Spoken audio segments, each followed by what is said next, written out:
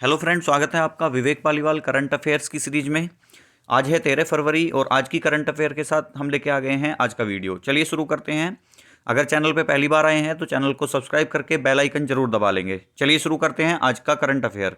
सबसे पहला प्रश्न है हमारा, किस कंपनी ने G20 अभियान के लिए माइटी के साथ साझेदारी में डिजिटल सुरक्षा अभियान की शुरुआत की है?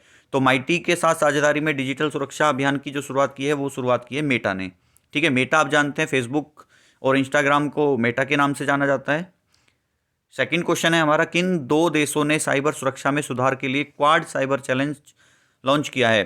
तो क्वाड साइबर चैलेंज जो है वो क्वाड देशों ने शुरू किया है साइबर सुरक्षा के लिए। साइबर क्राइम आजकल बढ़ता जा रहा है दिन पे दिन, उसी की सुरक्षा के लिए क्वाड देशों ने जो समझौता किया है वो क्वाड साइबर चैलेंज के लिए लॉन्च कर दिया है। चलिए थर्ड क्वेश्चन पे चलते हैं। किस देश के अंतरिक्ष यान को मंगल ग्रह की सतह में प्राचीन झील के साक्ष्य मिले हैं? तो किस देश का मंगलयान है जिसने मंगल ग्रह पर झील के साक्ष्य देखे हैं? वो है अमेरिका देश का। ठीक है, अमेरिका की जो एजेंसी है वो है नासा। तो नासा की जो मंगलयान था उसने मंगल ग्रह पे झील के साक्ष्य अपने सैटेलाइट द्वारा भेजे हैं। चलिए नेक्स्ट क्वेश्चन पे चलते हैं। Central board of direct taxes CBDT के साथ एपीए एडवांस प्राइसिंग एग्रीमेंट्स पर हस्ताक्षर करने वाला पहला पीएसयू पब्लिक सेक्टर अंडरटेकिंग्स कौन बन गया है? तो ये जो पहला पीएसयू बना है वो बना है गेल। ठीक है, gas authority India of limited, GAIL।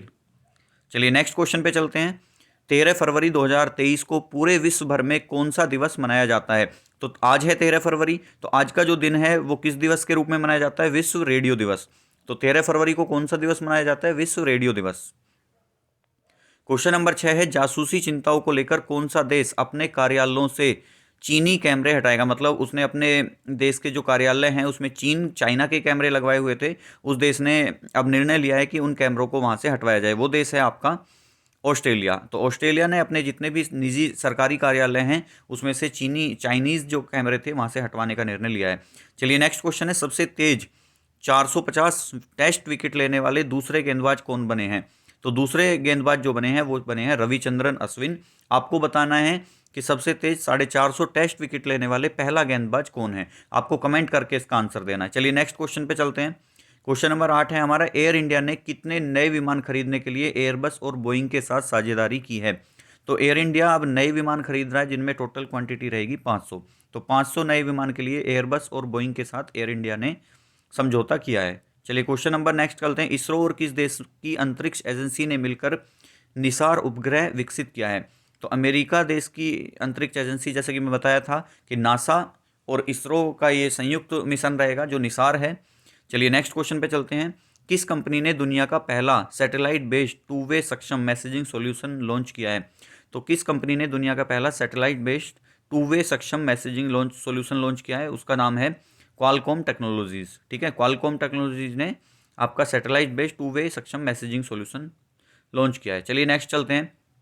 प्रश्न संख्या 11 पर, किसने राजस्थान में दिल्ली मुंबई एक्सप्रेसवे के दिल्ली दौसा लालसोट खंड राष्ट्र को समर्पित किया है? तो ये जो दिल्ली मुंबई एक्सप्रेसवे का एक हिस्सा था दिल्ली दौसा लालसोट खंड, वो प्रधानमंत्री नरेंद्र मोदी ने राष्ट्र को समर्पित कर दिया है।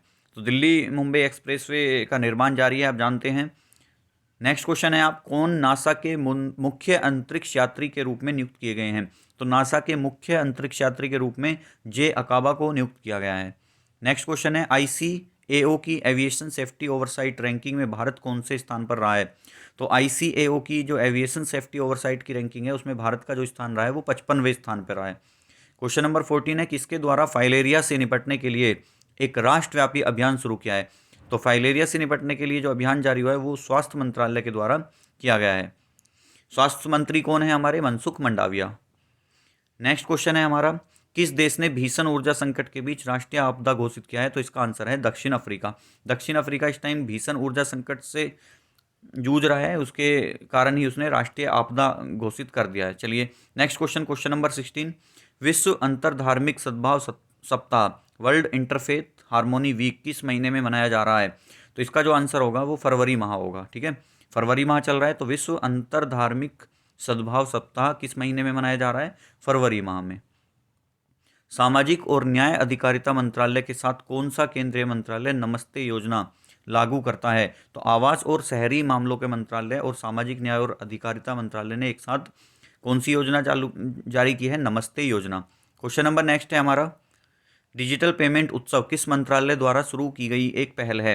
तो इलेक्ट्रॉनिक व आईटी मंत्रालय द्वारा डिजिटल पेमेंट उत्सव का शुरुआत की गई है।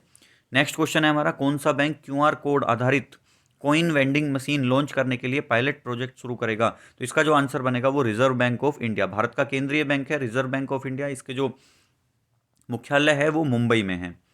चलिए नेक्स्ट क्वेश्चन चलते हैं। क्वेश्चन नंबर 20, किस केंद्रीय मंत्री ने मिशन अंत्योदय सर्वेक्षण 2022-23 का उद्घाटन किया है? तो इसका जो सही आंसर होगा गिरिराज सिंह।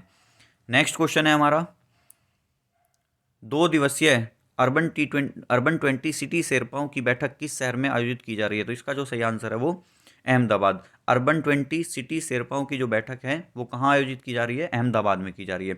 ये हमारा लास्ट क्वेश्चन था। टोटल महत्वपूर्ण जो आपके करंट अफेयर थे 13 फरवरी के, वो आपकी इस वीडियो में कवर हो गए हैं। चैनल पे अगर आप पहली बार आए हैं तो चैनल को सब्सक्राइब करके वीडियो को अपने दोस्तों के साथ शेयर करेंगे। Thank you very much video में लास्ट तक बने रहने के लिए।